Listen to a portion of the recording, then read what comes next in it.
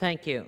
Mr. Speaker, I rise this evening proud to stand with my Congressional Black Caucus Special Order Hour co-anchor, Congressman Jeffries, from the 8th Congressional District of New York. Mr. Jeffries, it is my honor to stand here today as we undertake an urgent dialogue on how we, as elected representatives of the people, can work together to end gun violence. I look forward to engaging with Congressman Jeffries and our Congressional Black Caucus colleagues in scholarly debate on the issues plaguing African Americans, African American communities, and to develop solutions to the problems our constituents face.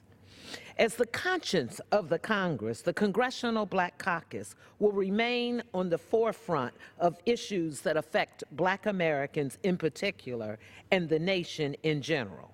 For tonight, our anchor, Congressman Jeffries, has pointed out the CBC will continue to shed light on the epidemic of gun violence, standing our ground, ending gun violence in America. Mr. Speaker, last week we opened the second session of the 114th Congress. 435 of us traveled back to Washington, ready to serve our constituents and work for the betterment of our nation.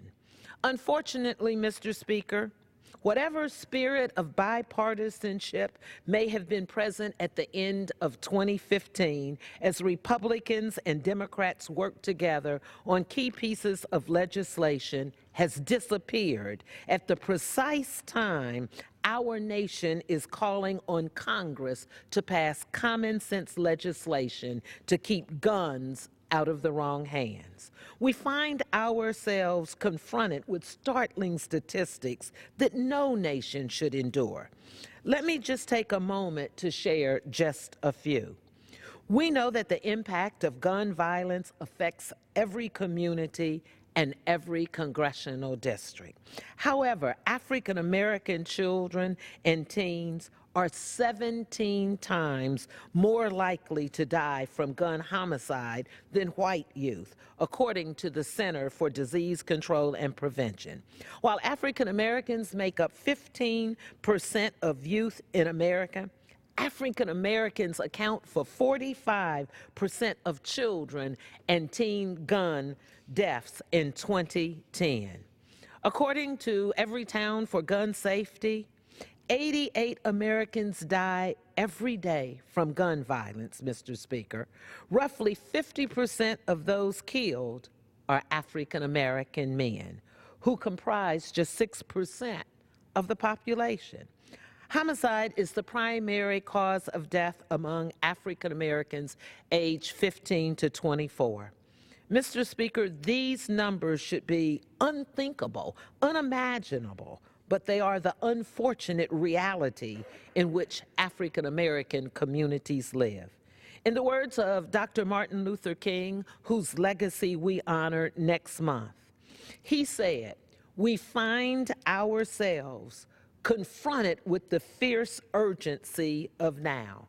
And Mr. Speaker, it is now that our nation is in an urgent crisis. Yes, we are trapped in congressional inaction. Shameful. So our president decided he would not stand by idly while Congress did nothing to prevent another Newtown, another Charleston, another Tucson. With tears in his eyes, he reflected on the senseless killings caused by gun violence over the course of his administration. President Obama announced new executive actions to confront the epidemic of gun violence in America. While mocked by some Republicans for showing emotion at the loss of so many lives, I am here to say I proudly stand with my president on the actions he's taken to prevent gun violence in America. These executive actions will save lives and make the country safer without infringing on law-abiding individuals' rights to firearms. You will hear from our colleagues tonight talking about the president's actions. I look forward to continuing to work with my colleagues and to address gun violence. Thank you, and I yield back. Thank you, Representative Beatty, for laying out the case in such a